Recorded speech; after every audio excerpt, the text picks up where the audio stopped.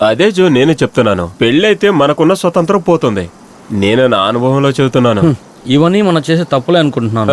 మనం ఎప్పుడు మన భార్యల్ని నెత్తి మీద పెట్టుకోకూడదు, మనల్ని అధికారం చేయడం ఒప్పుకోకూడదు. ఏం జరిగినా కుటుంబంలో జరిగే అధికారం మన దగ్గరే ఉండాలి. ఒకరోజు కాకపోయినా ఒకరోజు మనం సింహం లాగా బతకాలి.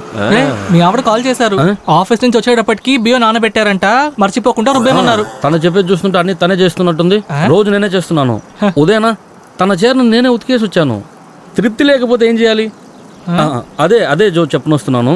మనం ఒక్కరోజు బతికినా సింహం లాగా బతకాలి. కానీ పిండి రుబ్బే ఒక సింహాన్ని ఏ అడవిలోనూ చూడలేరు.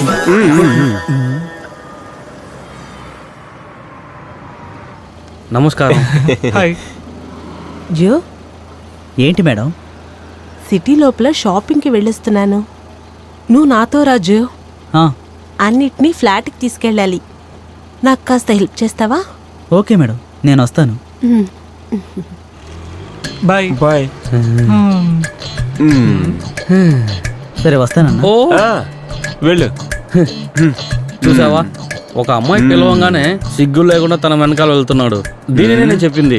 మనం ఒకరోజు బతికినప్పటికీ మనశ్శాంతిగా మనం బతకాలి. నడవయ్యా. రేయ్ రేయ్, ఏంటి సమస్య? మగం ఏంటి డల్గా ఉంది? ఏం చెప్పాలో తెలియదురా.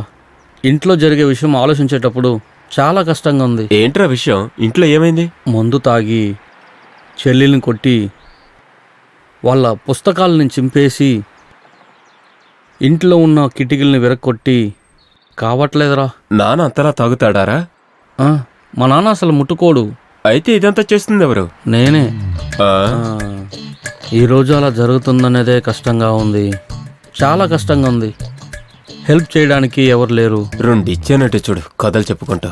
ఛీ, పోనంతా. ఏయ్, ఆ? నువ్వెక్కడికి వెళ్తున్నావు? సైమన్ అన్న పీవీసీ పైప్ కావాలని అడిగారు, ఇచ్చేసి వస్తాను. లైన్ వేయటానికా? విసిరేయడానికి. కొత్తగా తీసుకొని దాన్ని ఎందుకు పడేయాలి? లేదు, తెలియక అడిగాను.